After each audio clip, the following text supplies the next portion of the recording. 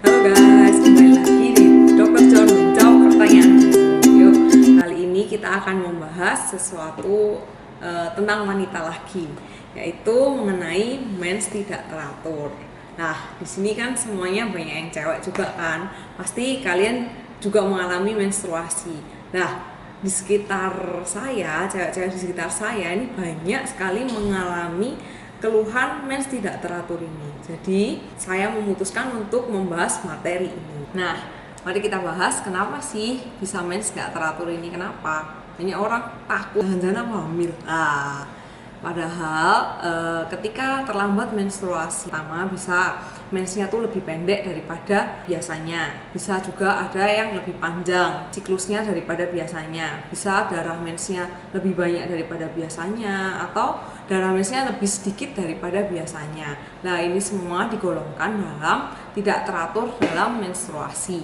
Nah, ada orang yang telat mens baru sekali terus sudah bingung, jangan-jangan hamil. Nah, padahal telat menstruasi ini tidak selalu dikaitkan dengan kehamilan, bisa terjadi juga kondisi medis yang lainnya. Nah, kita akan bahas satu-satu mengenai menstruasi yang tidak teratur ini. Sebelum membahas poin-poinnya, kita perlu tahu bagaimana sih mens yang normal itu. Mens yang normal itu kalau misalnya siklusnya di antara 21 sampai 35 hari. Ini setiap orang masing-masing berbeda ya. Jadi ada nih yang orang 24 hari siklusnya, per 24 hari mens, per 24 hari mens. Ada juga yang siklusnya yang memang dari awal sudah lama, seperti 32 hari, 31 hari mens kayak gitu. Lalu selain siklus tersebut, lamanya perdarahan bisa 2-8 hari. Ini juga setiap orang masing-masing berbeda. Ada yang cepat menstruasinya, ada yang menstruasinya tergolong lama. Oke, kita bahas poin nomor 1, perubahan hormon. Nah, secara umum menstruasi tidak teratur ini karena ketidakseimbangan antara hormon progesteron dan estrogen. Antara hormon estrogen dan progesteron yang mempengaruhi menstruasi ini, ketidakseimbangannya dipengaruhi oleh berbagai macam hal. Bisa karena kalau misalnya kalian sedang stres berat, misalnya pada bulan tersebut kalian sedang mengalami ujian. Nah, saat ujian ini kalian mengalami stres yang berat, ini bisa mempengaruhi siklus menstruasi kalian. Selain itu, bisa juga kalau misalnya kalian ada pola makan yang tidak bagus, misalnya pada bulan-bulan tersebut kalian sedang diet yang sangat ketat sehingga turun berat badannya menjadi drastis. Lah, ini bisa mempengaruhi perubahan hormon. Selain itu, kalau misalnya kalian memiliki berat badan yang berlebih atau sudah tergolong dalam obesitas, ini juga bisa mempengaruhi hormon progesteron dan estrogen. Tapi kalian jangan khawatir kalau misalnya kalian masih dalam awal-awal mengalami menstruasi. Jadi mungkin di usia kurang dari 20 tahun memang biasanya hormon estrogen dan progesteron ini masih tidak seimbang. Jadi kadang mungkin siklusnya 24 hari, kadang siklusnya lama, atau mungkin perdarahannya banyak, kadang bahkan dalam 1 bulan tidak mengalami menstruasi sama sekali. Nah, kalian perlu ingat bahwa seiring berjalannya waktu atau seiring bertambahnya usia, siklus mens ini akan lama-lama akan menjadi teratur. Jadi bagi kalian yang masih berusia di bawah 20 tahun, kalau memang sering mengalami menstruasi yang tidak teratur tanpa gejala yang lain, kalian sebenarnya tidak perlu khawatir. Oke, kita bahas poin yang kedua. Nah, poin yang kedua ini juga banyak dialami oleh orang-orang. Selain ketidakseimbangan hormon progesteron dan estrogen karena pola hidup sehari-hari, bisa juga karena adanya PCOS. Lah, apa ini PCOS? Nah, PCOS ini adalah Polycystic Ovarian Syndrome. Ternyata PCOS banyak dialami oleh wanita-wanita tanpa mereka mengetahui hal ini. Tapi sebenarnya ada gejala yang lainnya. Memang gejalanya itu sebenarnya tidak terlalu menonjol. Jadi banyak juga dari kita sama wanita tidak menyadari bahwa kita mengalami PCOS. PCOS ini keadaan di mana terbentuknya kista-kista kecil dalam indung telur. Nah, ini menyebabkan ketidakseimbangan hormon sehingga hormon testosteron pada wanita dapat meningkat. Nah, padahal hormon testosteron ini kan seharusnya meningkat pada kaum pria. Nah, kalau misalnya meningkat pada kaum wanita, apa yang terjadi? Bisa terdapat gejala lain seperti ada tumbuhnya kumis atau mungkin lihat bulunya banyak seperti itu. Itu bisa salah satu pertanda kalau kalian mengalami PCOS. Ketidaknormalan ini juga dialami ketika pelepasan sel telur, sehingga pada wanita yang mengalami PCOS ini kadang mensnya tidak teratur, bisa mens mungkin 2 bulan sekali atau 3 bulan sekali, atau mungkin bisa juga dikeluhkan dengan darah mens yang keluar sedikit atau terlalu banyak. Ini bervariasi ya, tiap-tiap orang berbeda-beda. Oke, kita bahas poin yang ketiga. Poin yang ketiga ini bisa terjadi masalah pada kelenjar tiroid. Jika kalian mengalami kelainan pada kelenjar tiroid, kalian akan merasakan keluhan-keluhan yang lain, tidak hanya lambat menstruasi atau mensnya yang tidak teratur saja. Jadi bermacam-macam gejala yang akan timbul. Jadi fungsinya untuk kelenjar tiroid ini adalah kelenjar tiroid itu mengatur metabolisme tubuh. Jadi kalau misalnya ada masalah pada kelenjar tiroid, nah mens kalian bisa tidak teratur. Nah, selain mensnya tidak teratur, mungkin kalian juga akan mengalami gejala-gejala yang lain seperti berat badannya naik turun drastis, atau mungkin kalian sering kedinginan atau berdebar-debar, berkeringat berlebih. Kalian bisa mengkonsultasikan ke dokter untuk ditangani lebih lanjut. Oke, kita bahas poin yang keempat. Poin yang keempat ini adalah penggunaan alat kontrasepsi. Jadi kalau misalnya kalian ibu-ibu yang menggunakan alat kontrasepsi, bisa mempengaruhi pada menstruasi kalian. Jadi kalau misalnya saat ini menggunakan IUD atau KB suntik, spiral, mungkin kalian akan mengalami mensnya yang tidak teratur. Bisa mensnya banyak, bisa terjadi juga nyeri. Lalu mensnya yang kadang sedikit, kadang banyak, kadang sedikit, kadang banyak.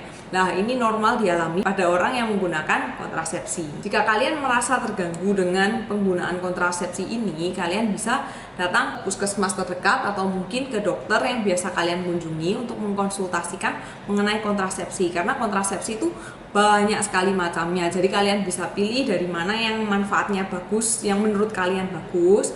Ada plus minusnya masing-masing. Ada yang tidak menimbulkan sakit, ada yang menimbulkan sakit, ada yang harus disuntik tiap 3 bulan. Nah, ini macam-macam semuanya. Kalian bisa berkonsultasi dan memilih mana kontrasepsi yang paling tepat untuk kalian. Oke, kita lanjut poin yang kelima. Poin yang kelima ini mengenai penyakit kronis atau mungkin sering dikaitkan dengan penyakit diabetes mellitus. Nah, penyakit diabetes mellitus ini banyak sekali dialami oleh wanita-wanita.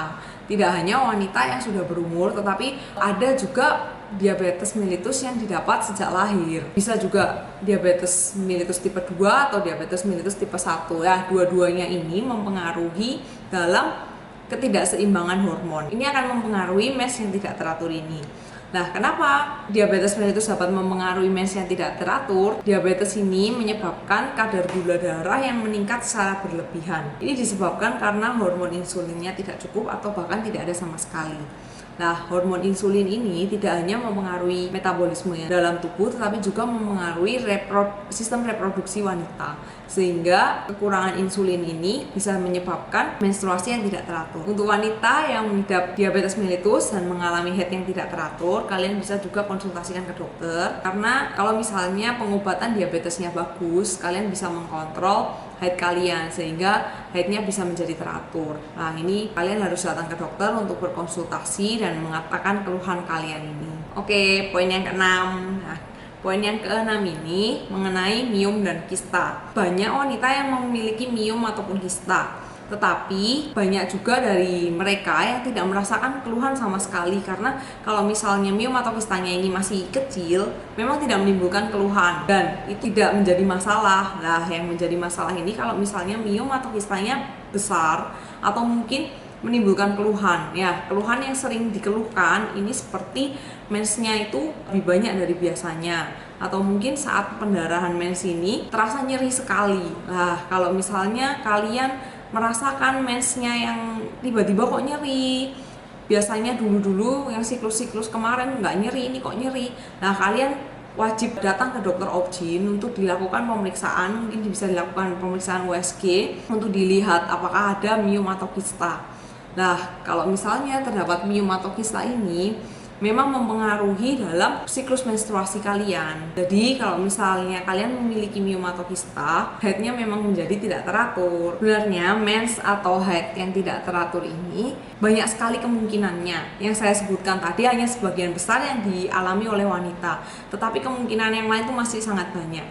Maka kalian harus tahu mana nih tanda bahaya yang perlu dikhawatirkan. Sehingga kalau misalnya kalian mengalami tanda bahaya ini, kalian wajib datang ke dokter untuk dikonsultasikan.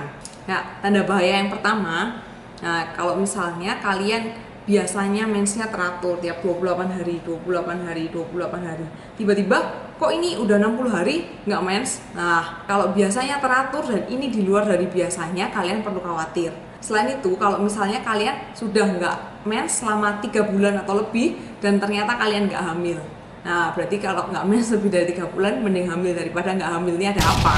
Nah, kalian perlu tahu nih, datang ke dokter obgyn kenapa udah nggak mens 3 bulan dan ternyata waktu di tes pack nggak hamil. Selain kalau misalnya siklusnya biasanya teratur, tiba-tiba nggak teratur, kalian juga perlu waspada kalau misalnya darah haidnya tiba-tiba menjadi banyak atau tiba-tiba menjadi sedikit. Jadi kalau yang tiba-tiba ini kalian perlu khawatir. Darah mens yang banyak itu bisa ditandai kalau misalnya kalian mengganti pembalut setiap 2 jam sekali. Maksudnya tiap 2 jam sekali kalian lihat pembalutnya udah penuh, tiap 2 jam sekali lihat pembalutnya udah penuh. Nah, padahal biasanya nggak kayak gitu. Nah, ini termasuk dalam tanda bahaya. Kalau misalnya kalian mengalami siklus haid yang kurang dari 21 hari atau lebih dari 35 hari. Nah, kalau misalnya kalian siklus haidnya terlalu cepat atau terlalu lama ini, di tiap misalnya 10 hari loh kok udah mens lagi. Nah, itu kalian perlu khawatir. Atau mungkin kayak 3 bulan loh kok 3 bulan ke depan lagi baru mens. Lah, ini kalian perlu khawatir. Lah, terus yang paling penting ini yang sering dialami, kalau misalnya kalian mengalami nyeri perut yang sangat hebat.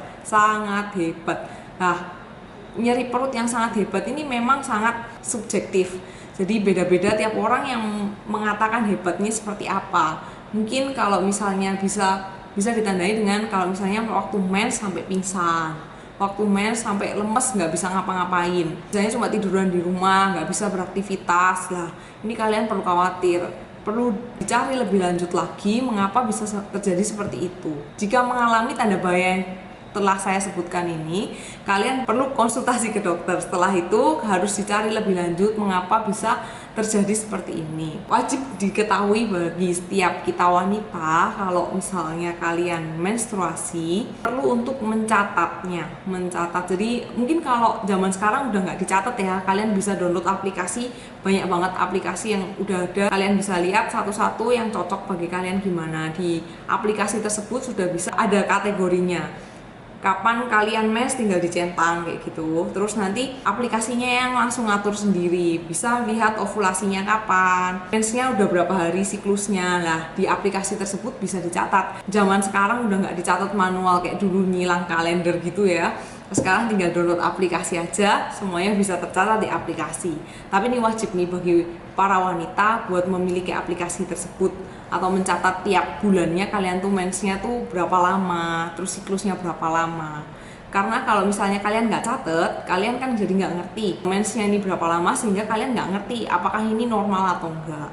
Nah, oke. Jadi penjelasan saya mengenai menstruasi sampai di sini. Mungkin kalau kalian memiliki banyak pertanyaan atau masih bingung, kalian bisa komen di bawah.